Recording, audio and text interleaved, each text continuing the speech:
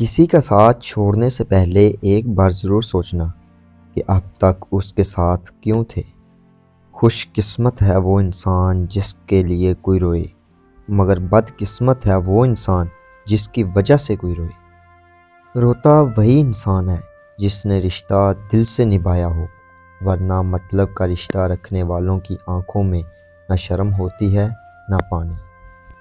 چیزوں کی اہمیت نہیں ہوتی، وہ کبھی نہ کبھی مل ہی جاتی ہیں۔ صرف انسان ہے جس کا کوئی نعم البدل نہیں ہوتا اور وہ دوبارہ کبھی نہیں ملتے۔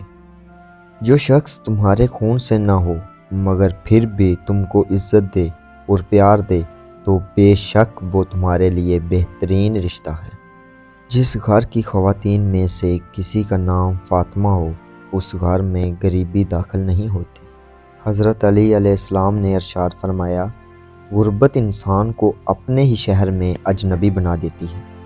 جو انسان یہ سمجھتا ہے کہ اللہ جو کرتا ہے وہ ہمارے لیے بہتر ہوتا ہے، وہ انسان کمال کا ایمان رکھتا ہے۔ آپ کسی کو بھی دو چیزوں کے لیے زبردستی مجبور نہیں کر سکتے، ایک محبت، دوسرا عبادت۔ دونوں دل سے ہوتی ہیں اور دونوں کا رشتہ روح سے جڑا ہوتا ہے۔ نماز کے لیے وقت نکالو، اللہ تمہاری زندگی سے برا وقت نکال دے گا۔ معافی مانگنا یہ ظاہر نہیں کرتا کہ آپ غلط اور دوسرا صحیح ہے، بلکہ یہ ظاہر کرتا ہے کہ آپ کے رشتے کی اہمیت آپ کی انا سے بڑھ کر ہے۔ یہ دنیا بھی کتنی عجیب ہے، ایماندار کو بے وقوف، بے ایمان کو عقل مند اور بے حیا کو خوبصورت کہتی ہیں۔ غم اور مشکلات صرف اللہ کو بتایا کرو، اس یقین کے ساتھ کہ وہ تمہیں جواب بھی دے گا اور تمہاری تکلیف بھی دور کرے گا۔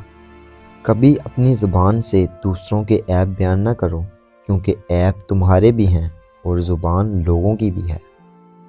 جب آپ رب سے محبت کرتے ہیں تو وہ آپ کے دلوں میں صرف انہی لوگوں کو بسنے دیتا ہے جو آپ کی محبت کے قابل ہوتے ہیں۔ بدلہ لینے والوں سے مت ڈرو، ہمیشہ معاف کرنے والوں سے ڈرو، کیونکہ ان کا بدلہ اللہ تعالیٰ لیتا ہے۔ جو دو گے وہی لوٹ کے آئے گا، چاہے عزت ہو یا دھوکہ۔ درود شریف واحد ایسی عبادت ہے جو زبان سے نکلتے ہی قبول ہو جاتی ہے۔ دوستوں کے غم میں شامل ہوا کرو ہر حال میں، لیکن خوشیوں میں تب تک نہ جانا جب تک وہ خود نہ بلائیں۔ جب تک تمہاری ماں کے ہونٹ تمہارے لیے دعا کے لیے ہل رہے ہیں تو تم دنیا کے امیر ترین انسان ہو۔ زیادہ سوچنے سے بہتر ہے کہ استغفار کیا جائے۔ زیادہ سوچنا مشکلات کو بڑھاتا ہے اور استغفار مشکلات کا حل ہے۔